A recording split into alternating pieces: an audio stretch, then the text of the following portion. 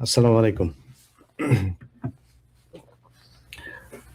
আপনাদেরকে গতকালকে না আজকে সকালে ঘোষণা দিয়েছিলাম যে ক্রিকেট বোর্ডের পরিচালক নাজমুল ইসলাম, আ নাজমুল হোসেন, আপনারা জানেন যে তিনি এখন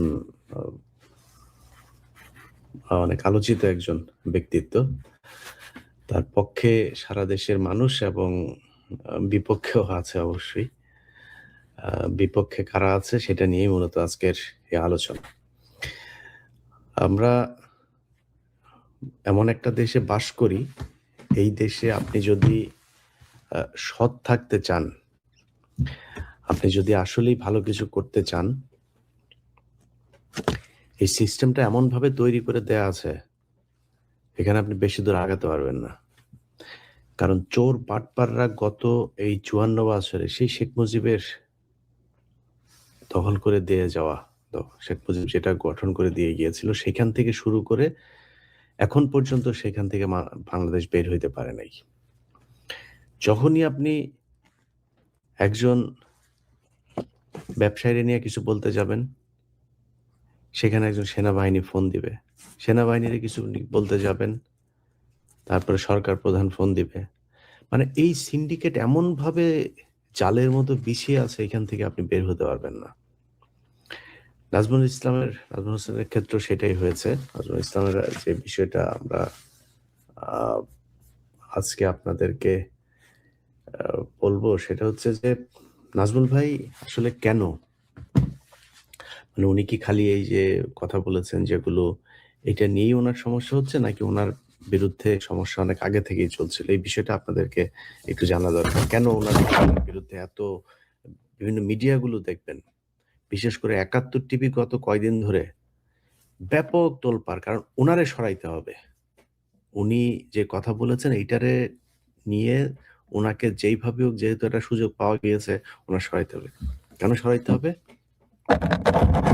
গেল বছরের এই ২০২৫ সালের জুন জুলাইতে আপনারা জানেন যে পূর্বাঞ্চলে একটা স্টেডিয়াম হচ্ছে। সেইটার আ আ ইয়ের জন্য, পিচের জন্য যে মাটির দরকার, এই মাটি, আমি আসলে এই খেলাধুলা নিয়ে অ্যা খুব বেশি মানে এটা নিয়ে এটা আমার সেক্টরও না, এটা নিয়ে খুব বেশি কথাও বলি না, এটার ব্যাপারে অত খোঁজ খবরও রাখি না। তবে এইটা জানি যে এই খেলাধুলার এই ক্রীড়া জগতে এই মন্ত্রণালয়ে যে কি পরিমাণে দুর্নীতি, প্রতিটি শাখায়, শাখায় দুর্নীতি, এবং এখানে কিছু সাংবাদিককে আপনার এরা মানে পোষ্য কুকুরের মতো নিয়ে নিয়েছে। এই পোষ্য কুকুর কিছু মানে এখানে ভালো অবশ্যই আছে অনেকে। সেই সংখ্যাটা কোন দিক বেশি কম সেটা আর নাই বললাম। কিন্তু এই পোষ্য কুকুরদেরকে নিয়ে এরা এমনভাবে একটা সিন্ডিকেট তৈরি করেছে, এটার খবরও আপনি বাইরে থেকে জানবেন না। আমার অনেকবার অনেক দিক থেকে বলা হয়েছে যে, "ভাই এটা নিয়ে একটু কাজ করেন, এটা নিয়ে কাজ।" ভাই মানে দেশের ভেতরে রাজনৈতিক এই বিভিন্ন সমস্যা-টমস্যাই এত বেশি, এখানে আবার ফের এগুলি নিয়ে কাজ করব সেই সুযোগ পাইনি। তো এইবারের পরিস্থিতিতে মনে হইল যে না, এটাতে একটু নজর দেয়া দরকার। সেই কারণেই কিছু খোঁজখবর নিলাম। তো জুন জুলাইতে আপনার এইখানে এই পিচের জন্য মাটি আনার কথা। মাটি আনতে এই মাটিগুলো হচ্ছে প্রক্রিয়া করে তারপরে একটা বিশেষ জায়গা থেকে আনতে হয়। একটা আঠালো জাতীয় মাটি আনতে হয়। তো এটা নরমালি বগুড়া থেকে আনা হয়, গাজীপুরেরও বোধহয় ২-১ জায়গায় আছে। তো এই মাটিটা ওইখান থেকে এটারে আবার প্রক্রিয়াজাত করে, না মানে একদম মাটি এনে এখানে ফেললেই হয় না। এটার কিছু প্রক্রিয়া আছে। সেই প্রক্রিয়াগুলো ফলো করে তারপরে এনে পিচে দিতে হয়। এখন আ সেই মাটি টেন্ডার হয়েছে। সেই মাটি আনার মানে বোর্ডের যেই নিয়ম, সেই নিয়ম-টিয়ম সবকিছুই মানা হয়েছে। নিয়ম অনুযায়ী ২০,০০০ সিএফটি মাটি আনার কথা। তো সেই ২০,০০০ সিএফটি মাটি আনার কথা, সেই মাটি আনা হয়েছে হলো মাত্র ৭,০০০ বা ৮,০০০ সিএফটি। তো এই ৭,০০০ বা ৮,০০০ সিএফটি মাটি আনার পরে এখন বাকি মাটি গেল কই? সেটা তো একটা মানে প্রশ্নের ব্যাপার। এটা তো জবাব দিতে হবে। তো সেই জবাব দিতে গিয়ে এটা নিয়ে একটা বোর্ড গঠন হইল, তদন্ত কমিটি গঠন হইল। সেই তদন্ত কমিটির প্রধান হচ্ছে আমাদের এই আজকের যেই আলোচিত নাজমুল ভাই, এই নাজমুল ভাই হচ্ছে সেটার প্রধান ছিলেন। তো নাজমুল ভাই আবার আ আ ক্রিকেট অপারেশনস কমিটিরও এটারও আপনার উনি ফাইন্যান্স দেখেন। মানে খুবই সৎ মানুষ যে কারণে উনাকে মানে ফাইন্যান্স তো মানে খুব সৎ না হইলে তো বা খুব দক্ষ না হইলে কাউকে দেয়া হয় না। তো এটা নানান চেষ্টা চলেছে উনাকে না দেওয়ার জন্য। কিন্তু আ সবশেষে তাকে দেওয়া হয়েছে। তো তিনি এটাতে যাওয়ার পরে অনেকের খুব কষ্ট হয়েছে। কারণ হইলো এই লোক যদি এখানে থাকে তাহলে অনেক আকাম-কুকাম করা যাবে না। উনারা সরানোর জন্য শুরু থেকেই একটা পক্ষ করেছিল।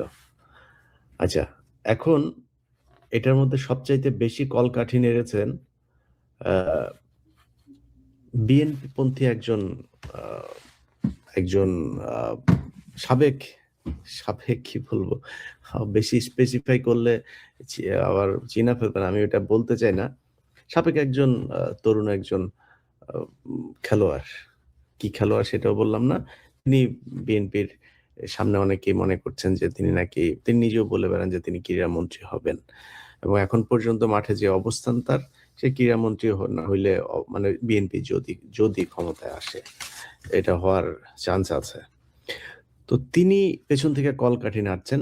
আমি ওই বড় ভাইকে বলব যে, "ভাই আপনাকে সম্মান রেখেই বলছি যে এইসব আ ঝাউরামি কইরেন না। এখান থেকে এই ঝামেলা-টামেলা থেকে সইরা যায়েন। নাইলে পরবর্তীতে আবার এগুলো প্রমাণ হইলে আবার নাম-টাম শুদ্ধ চলে আসবে এবং আপনিও সরে যাবেন ওই যে পাপ্পুরেও এখান থেকে শয়তানি করতে না করবেন।"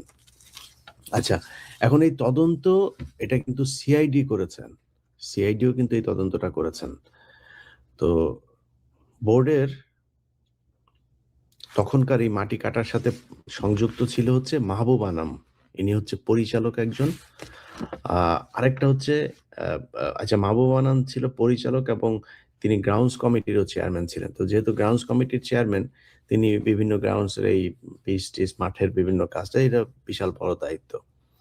আরেকজন আছে পরিচালক তার নাম হচ্ছে ফাহিম সিনহা। আপনারা ক্রিকেট তো বাংলাদেশে অনেক জনপ্রিয় খেলা যেহেতু এটা আপনারা জানেন। সো এই মাহবুব আনাম এবং ফাহিম সিনহা এই ২ চোর মিলা ফাহিম সিনহা হইলো তখনকার ছিল আপনার ফাইন্যান্স কমিটির চেয়ারম্যান। অর্থাৎ নাজমুল ভাই এখন যেই পদে, ফাহিম সিনহা ছিল সেই পদে। তো চোরেরে সরায় নাজমুল ভাইরে এখানে বসিয়েছে এটা তিনি নিতে পারেন নাই। এইটাও তার একটা ক্ষোভ আছে। আর ওই যে গ্রাউন্ডস কমিটির আপনার চেয়ারম্যান মাহবুব আনাম, এরা মিলে যে ওই যে পিচের যে মাটি চুরি করেছেন, এই মাটি চুরি তো ধরা পড়ে যাবে এখন। যেই কারণে নাজমুল এখানে কোনোভাবে রাখলে এরপরে আরো অনেক কিছু আছে। আপনাদেরকে আমি গত লাইভে ছোট করে বলেছিলাম যেহেতু আমার কাছে এখন পর্যন্ত এই ডাটাগুলো সব আসে নাই তবে চলে আসবে। আ তারা ডাব খেয়েছে, একেক ডাবের দাম ধরেছে ৳১৮,০০০ আগের যারা এই বোর্ডে ছিল। তারপরে ৳৪,০০০ র মাইক্রোবাসের ভাড়া দিয়ে ধরেছে ৳১৬,০০০। এগুলি নাকি ছোটখাটো। আমার বলল যে, "ভাই এটা খুব ছোটখাটো। আরো বড় সেই বালিশকান্ডের মতো ঘটনাও নাকি এই বিসিবিতে আছে যেগুলো এখানে এর আগে হয়েছে।"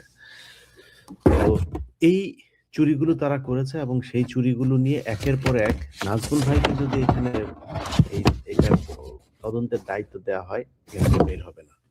আচ্ছা এখন এই যে আপনার করা হইলো আ সিআইডিতে যেটা তদন্ত করা হইলো, এই তদন্ত রিপোর্ট কিন্তু বের হয়ে গিয়েছে। আরো মানে কমপ্লিট হয়ে গিয়েছে আরো ১০ দিন আগে। সেই তদন্ত রিপোর্ট করেছেন সিআইডির একজন স্পেশাল এসপি আছেন, এডিশনাল এসপি। আ তো উনি আ উনার নাম হচ্ছে ডক্টর রুহুল আমিন। তো ডক্টর রুহুল আমিন উনার সম্পর্কে আমি যতটুকু জানি তিনি খুবই সৎ একটা মানুষ। খুবই মানে তিনার পুলিশ ডিপার্টমেন্টে তার আ প্রচন্ড সুনাম আছেন এবং এই যে সাস্টামো-টাস্টামো চুরি বাটপারি এগুলোর তিনি আমি যতটুকু তার ব্যাপারে জেনেছি আমি একদম 100% বলতে পারব না। বাট আমার জানা মতে তিনি খুব ভালো মানুষ। এই ডক্টর রুহুল আমিন ভাই আপনার উনি এই তদন্তটা করেছেন। উনি কিন্তু এই তদন্ত রিপোর্ট জমা দিয়ে দিয়েছেন। কিন্তু সেই তদন্ত রিপোর্ট বের হচ্ছে না। এটা নিয়ে অ্যাকশনে যাওয়ার কথা। কিন্তু সেই রিপোর্ট বের হচ্ছে না। অর্থাৎ হইতে পারে সিআইডির উপর লেভেল অথবা সরকারের উপর লেভেল। আবার ওই যে একটু আগে বললাম না যে বিএনপির একজন ক্রীড়ামন্ত্রী হবেন। তিনি নাকি ব্যাপক থ্রেট-ট্রেট করছেন যে